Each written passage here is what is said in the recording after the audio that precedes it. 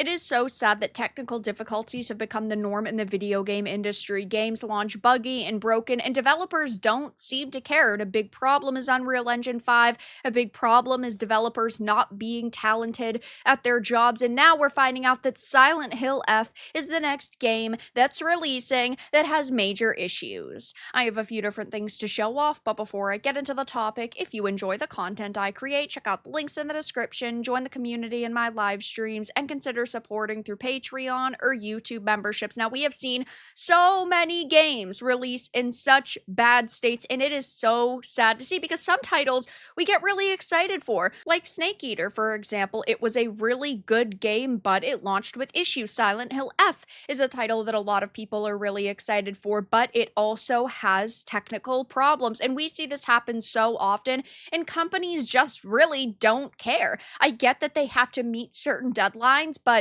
either publishers and the developers need to come to the realization that pumping out a half-baked product only makes them look worse, or they're going to start losing out on sales.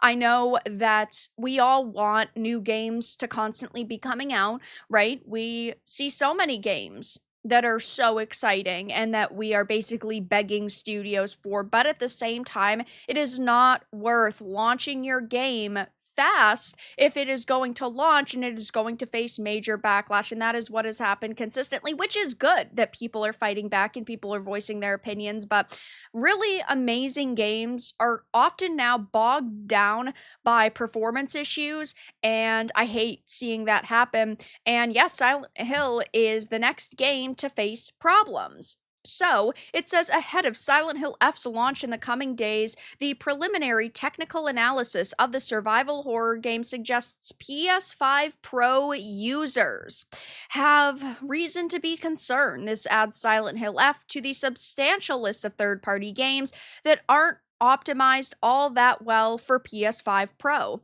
Developed by Neobards Entertainment, Silent Hill F is the newest entry in Konami's long-dormant survival horror franchise. Silent Hill F is set to be released on September 25th across PC, PS5, PS5 Pro, and Xbox Series X and S, and reviews for the upcoming Konami title have been nothing short of glowing, particularly for its layered story, freakish monster designs, unique 1960s Japan setting, and more. However, its optimization seemingly falls a bit short on one console, that too the strongest of them all. Now, I don't expect everything to launch 100% perfect. A couple small bugs and glitches are things I think we're all able to look past, but when you are having significant frame drops, when you are having major pop-in and texture issues, when your game is running so poorly that you can't actually play it, yeah, that is completely unacceptable, and it's just something that now as a gamer you almost have to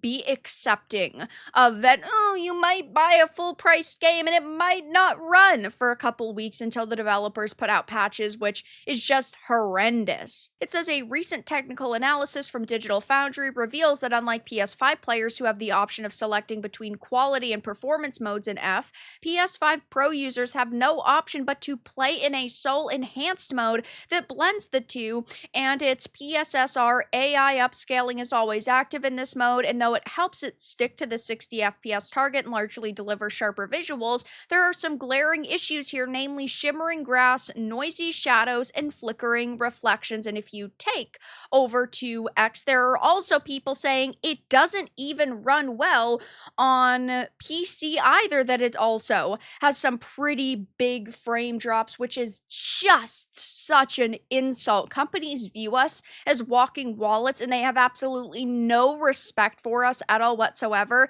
And it's situations like this that truly highlight that. And sure, maybe in a couple of weeks they will fix it and it will run way better, but at the same time, you need to be delaying your game so this doesn't happen. And people are pointing out how PC ports have been an issue for a decade at this point, which is very true. But unfortunately, we are seeing this kind of become even more normal, and we are seeing companies not really worrying about delivering the best product possible at release. We just saw this same situation happen with Borderlands. Borderlands 4 launches to mostly negative Steam reviews over performance issues and crashing. I've done other videos on this, they will be linked down below.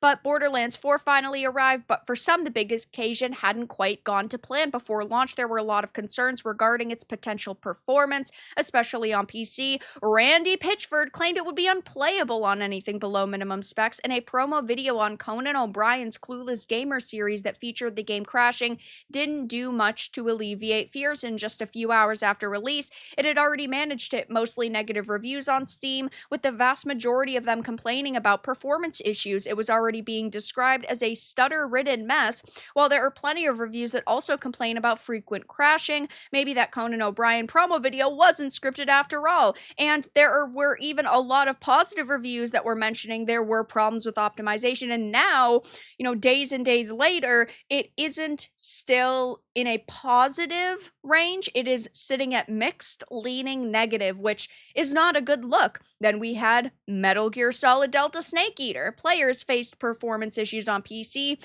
even with a 5090 and a 9800 X3D. When you are running a NASA computer, you should face zero issues. Now, I didn't have any problems with Snake Eater, but I did have some pretty serious problems with Borderlands 4, and I have a very, very good top-of-the-line PC, and it's just so disheartening because if you are somebody who has an average PC, half of these games will be unplayable. Lost Soul Aside's developers acknowledged performance issues and assured players they were actively working on optimizations. And another part of this entire story that really pisses me off personally is the fact that there are reviewers and these journos who will give games 8s and 9s and 10s out of 10s when there are so many problems. So either they are not facing these issues magically, all of them. I don't know what version of the game they're getting, but we should be getting that. Or they are straight up lying because maybe they were paid to give it a more solid review. Maybe they simply want to keep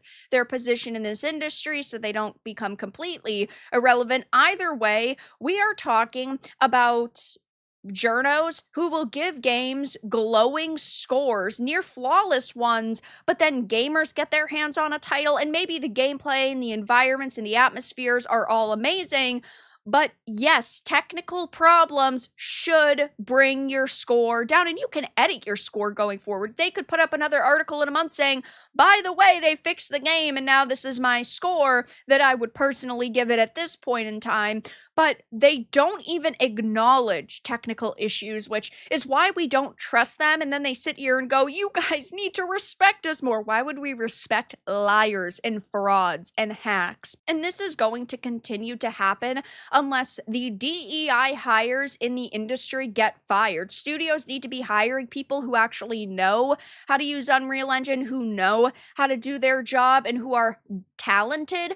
But if you keep hiring people based on their gender or sexuality or the color of their skin, we are going to see these companies still putting out bad products. We are going to see these companies lose money, and we are going to potentially see them going under. So they better start changing their mindset now and changing their hiring practices now back to hiring talented people, or else they're not going to be around much longer. But I'll be keeping my eye on the Silent Hill F situation.